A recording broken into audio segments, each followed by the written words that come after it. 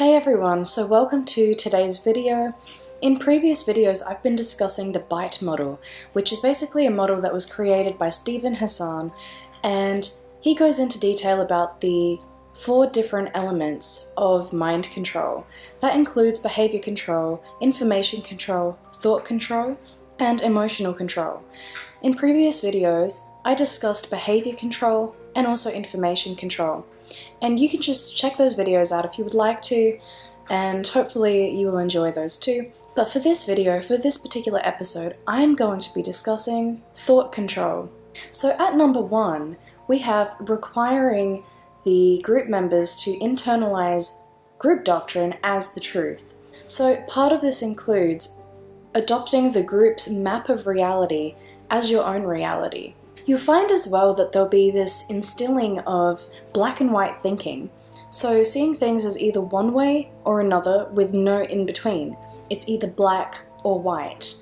But where is the grey? You'll find in these group settings, in these cult settings, that practice undue influence and are implementing thought control patterns and thought control methods on victims.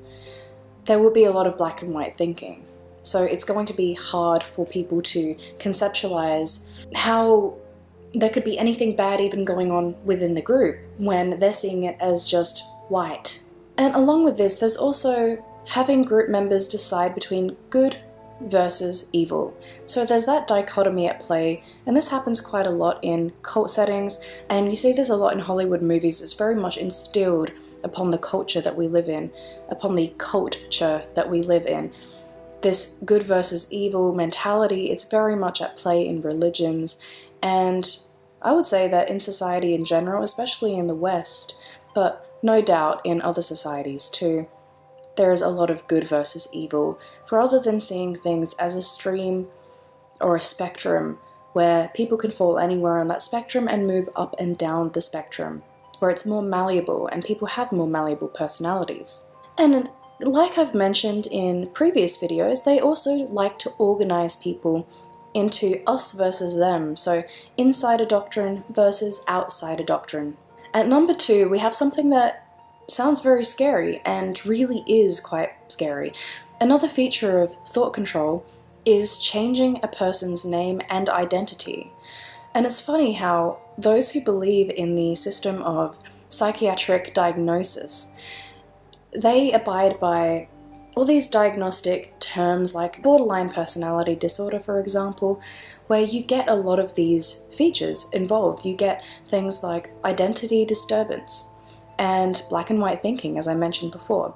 But a lot of the time, there is actually a social and systemic influence happening there. And so when you have things like, when you go through the BITE model and you see things written down like a method of thought control involves changing a person's identity and changing their name, it goes to show just how powerful the external is, and that we would probably do much better not blaming ourselves so much for these things like identity disturbances and relying on diagnoses to explain what's wrong with us. Instead, let's take a look at a more systemic approach. Let's take a look at the whole, at the system, and the external factors at play that may be impacting a person to think a certain way. At number 3, we have the use of cliches and loaded words, and what this does is it stops critical thinking because it really emphasizes the emotion behind certain phrases, and they will bring about an emotional response in the person's subconscious mind. And it works very well in politics, and you see this happening quite a lot.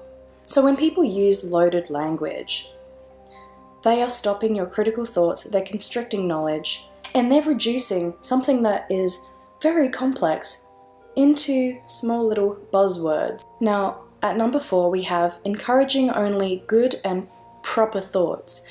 You see this quite often in spiritual cults, religious cults in general, and oftentimes you'll see it in culture in general. Oftentimes you'll also get hypnotic techniques being used, and this is done to age regress people, to stop their critical thinking, and to alter their mental state so that they're in a heightened state of suggestibility.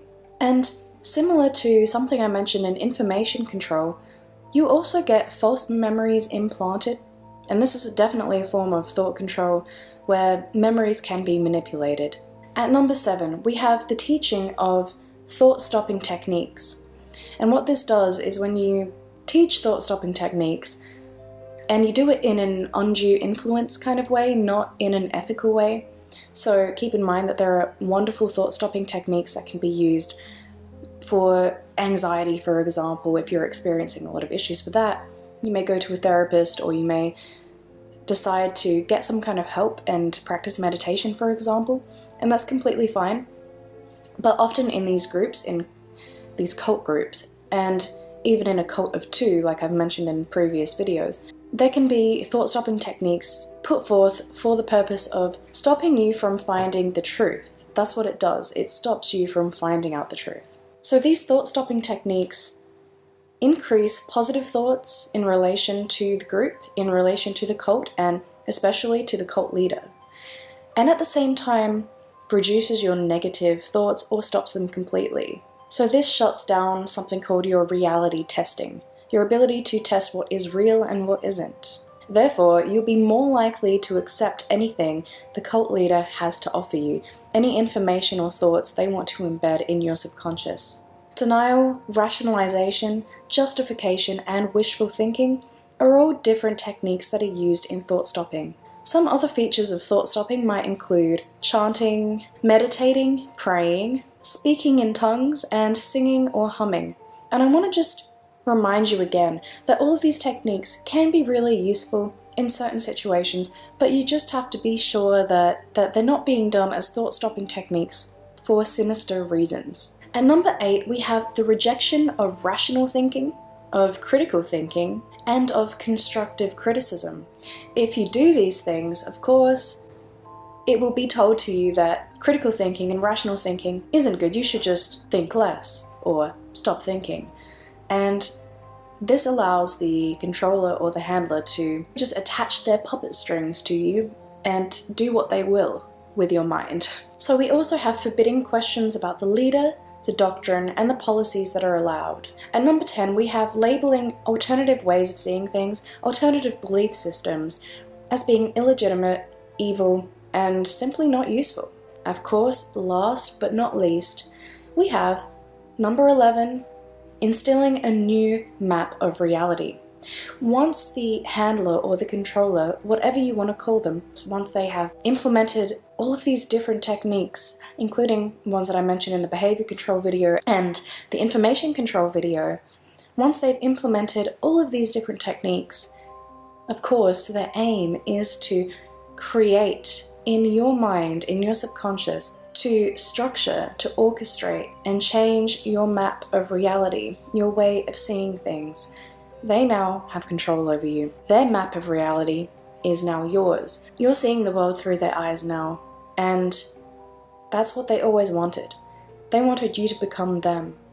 That's why the identity is stripped from you. Your name may be changed, and even if it's not, with an identity change like that, it makes it much easier for the handler, for the controller, to influence you, to become exactly who they want you to be. So I hope you found this very useful. I want you to stay tuned and stay aware, basically. The more information you have about mind control or undue influence, the better. When you share this around, you're helping many other people understand more about mind control so that they won't be as likely to underestimate the power of their environment. And therefore, they'll pick up on the cues that they may have missed before, and in doing so, they decrease their susceptibility to being mind controlled. Thank you very much. Remember to like, to comment, and subscribe, and of course turn on that little notification bell so that whenever I upload a new video, you'll be notified instantly. Thank you so much, and I hope you have a wonderful day. Bye for now.